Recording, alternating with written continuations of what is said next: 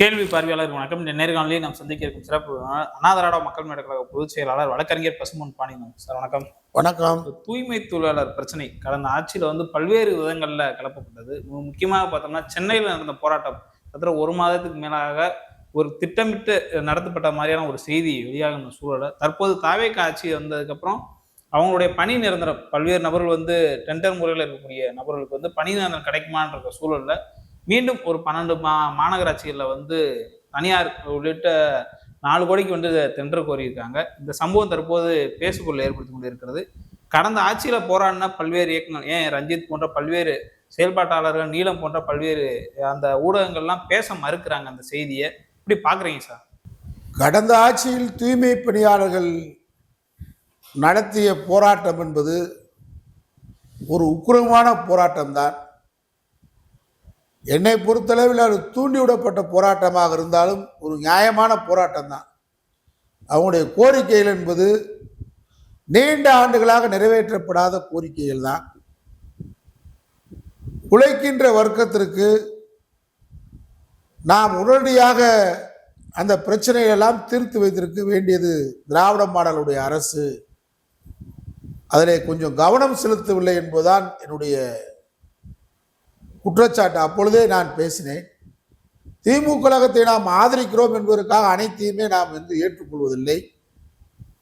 தூய்மை பணியாளர் விஷய போராட்டத்தில் அவ்வளவு விக்ரஸா நடத்த வேண்டிய சூழ்நிலையை உருவாக்கி இருக்க வேண்டியதை திமுக அரசு தடுத்திருக்கலாம்.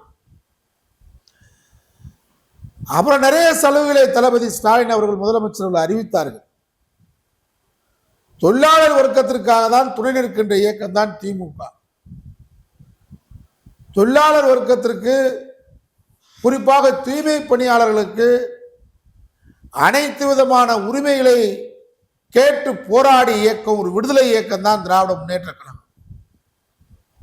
கலைஞர் அவர்கள் முதலமைச்சராக இருக்கும் போதுதான் முதலாக குடிசை மாற்று வாரியத்தை உருவாக்கிய போது தூய்மை பணியாளர்களுக்காக தான் பெரும்பான்மையாக அந்த குடிசை மாற்று வாரியத்தில் வீடு கொடுத்தார் கலைஞர் 1971-72 ஆட்சி காலத்தில். அதனால அந்த மக்களை எல்லா வகையிலும் சமூக ரீதியாக, பொருளாதார ரீதியாக அனைத்து வகையிலும் அவர்கள் உயர்வு பெற வேண்டும் என்று போராடுகின்ற இயக்கம் தமிழ்நாட்டில் திராவிட முன்னேற்ற கழகம் தான். அதில் மாற்றமான கருத்து இல்லை. இந்த போராட்டத்துக்கு பின்னாடி கூட நிறைய உரிமைகளை திமுக அரசு, நம்முடைய திராவிட மாடல முதலமைச்சர் செய்தார். அதை முன்னாடியே பேச்சுவார்த்தை மூலமா இன்னும் நடத்திருந்தா அன்றைக்கு எதிர்கட்சிகளுக்கு வாயில் அவுள் போட்டது மாதிரி இந்த தூய்மை பணியாளர் போராட்டத்தில் காவல்துறை அராஜகம் கொஞ்சம் கூடுதலாக இருந்தது. போராட்டத்தை தடுக்கணுன்ற பேரில் அராஜகத்தை கூட்டினாங்க. அதெல்லாம் கண்டிக்கத்தக்க விஷயம்.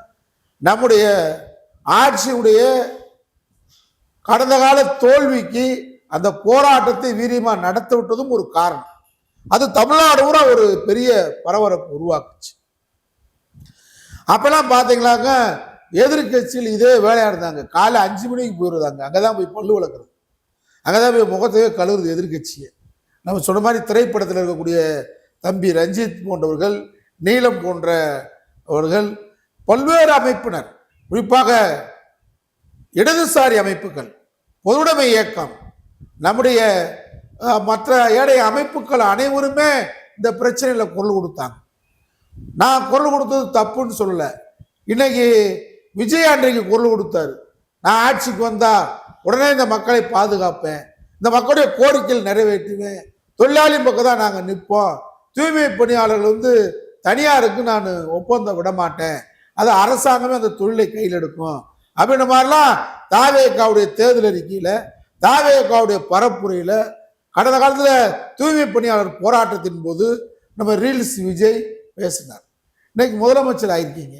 முதலமைச்சர் ஆனதுக்கு பின்னாடி நேற்றைக்கு டெண்டர் விட்டுருக்கீங்க. டெண்டர் என்ன விடுறீங்க? 4.5 டெண்டரு 12 மாநகராட்சியில், கோவை, மதுரை, நெல்லை, ஆவடி, 12 மாநகராட்சிக்கு தனியாருக்கு டெண்டர் விடுறீங்க. இதையே பொதுவுடைமை இயக்கம் அமைதி காக்குது. இதையே அன்றைக்கு எடுத்த ரஞ்சித் வாய் மூடி மௌனமா இருக்கிறாரு. அவங்க மௌனமா இருக்கிறாங்க, நீல மௌனமா இருக்கிறாரு, கம்யூனிஸ்டுகள் மௌனமா இருக்கு அப்படின்றதுக்காக நம்ம மௌனமா இருக்க மாட்டோம். இந்த தூய்மை பணியாளர்களுக்கு அடிப்படை உரிமைகளை மறுப்பதற்காக தனியார்ட்ட கொத்தடிமையாக கொண்டு போய் வேலை பார்க்க வைக்கிறதுக்காக ஒரு வன்மத்தோடு சென்னையில மட்டும் தனியார் மையம் கிடையாது, மற்ற ஊர்களில் அந்த தொழிலாளிகளை தனியார் கொத்தடிமையாக்குவதற்காக தனியார் ஒப்படைச்சு அவங்களுக்கு அரசாங்க சலுகைகளை செய்ய மறுத்துட்டு தனியார் செய்ய மறுக்கிறாங்க அப்படின்ற பழிய தனியார் மேல போட்டுட்டு தொழிலாளி உரிமைகளை நசுக்குவதற்காக இந்த டெண்டர் விடப்பட்டு, இதை எல்லாரும் புரிஞ்சுக்கிறது. கடுமையா நாங்க அண்ணா திராவிட மக்கள் முன்னேற்ற கழகம் தூய்மை பணியாளர்களை பாதுகாக்க வேண்டும், அவங்க அரசாங்க தொழிலாளியாக இருக்கணும், அரசாங்கத்துடைய அத்தனை சலுகைகளும் கிடைக்கணும், ஒப்பந்த தொழிலாளியாக கூட கான்ட்ராக்ட் பேசுற கூட தூய்மை பணியாளர்களை எடுக்கக்கூடாது.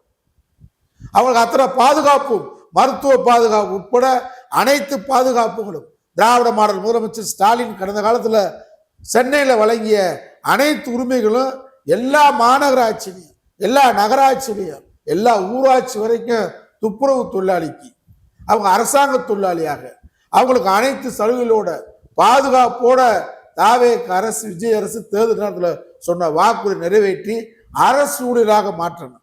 டெண்டர் நீங்க விட்டுருக்கிறத கால்ஃபார்ம் பண்றத ரத்து பண்ணணும். இதான் எங்களுடைய நபர்கள் இது ஏன் பேச மறுக்கிறாங்க? அவங்க கூட்டணியில இருக்க பேச மறுக்கிறாங்கன்னா என்னமோ தாவேக தற்கூரி விஜய் ஆட்சியை பார்த்து வியந்து போறாங்க.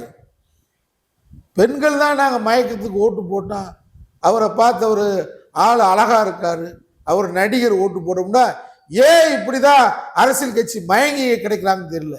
கேட்க வேண்டிய கேள்விகளை கேட்க வேண்டும். மின்வெட்டு அறிவிக்கப்படாத மின்வெட்டு தொடர்கிறது.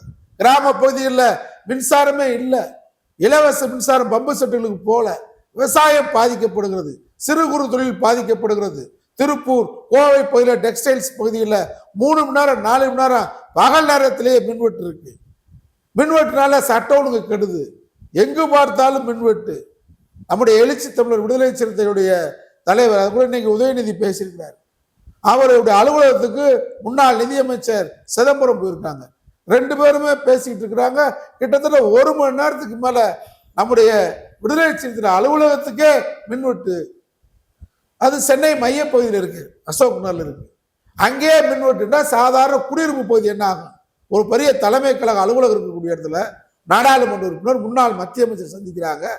அவங்க 2 பேரும் சந்திச்சு பேசுற இடத்துலயே 1 மணி நேரம் மின்வெட்டு இருக்கு. அப்ப பாருங்க, மின்வெட்டுன்றது சென்னை தலைநகர்ல தலைவிரித்தாடுது. புறநகர் பகுதியில் அம்பத்தூர் போன்ற பகுதிகளில், ஆவடி போன்ற பகுதிகளில், திருவெற்றியூர் போன்ற பகுதிகளில், இந்த பக்கம் தாம்பரம் முடிச்சூர் இந்த பகுதியில் ஸ்ரீமுகபுத்தூர் தொழிற்சாலை பகுதிகளில் அறிவிக்கப்படாத மின்வெட்டு, கிராம பகுதியில் மின்வெட்டு, சட்ட ஒழுங்கு சந்தி சிரிக்குது, பாலியல் தொந்தரவு. இதுக்கெல்லாம் எதிர்கட்சிகள் குரல் கொடுக்குறாங்களா? அவங்க எல்லாம் குரல் கொடுக்கிறவங்களா ஆளுங்கட்சி வரிசையில் இருக்காங்களே, எப்படி குரல் கொடுப்பாங்க? ஆளுங்கட்சியை ஆதரிக்கிறாங்களே, வெக்கக்கேடு இல்லையா? கம்யூனிஸ்ட் கட்சி வீரபாண்டியன் ஆதரிக்கிறாரு, அந்த கட்சி ஆதரவு நிலைப்பாட்டை அரசுக்கு ஆதரிக்குது. ஆனா அந்த கட்சியிலிருந்து சி மகேந்திரனை இவங்க தூக்குறாங்களே, தாவேக கட்சியில தூக்குறாங்களே. இது என்ன நாகரிகம், என்ன அரசியல்?